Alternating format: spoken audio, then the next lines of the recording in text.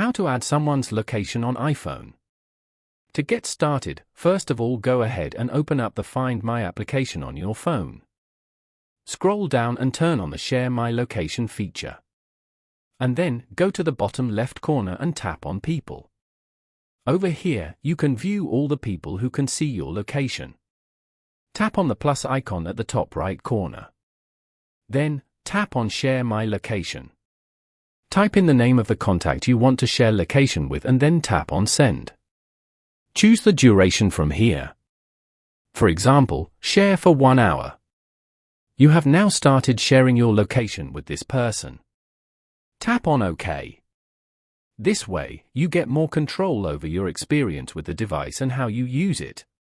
Following these steps, you can easily add someone's location on iPhone. Thank you for watching. Please leave a like if this tutorial helped you, or leave a comment below if you have any questions related to the video.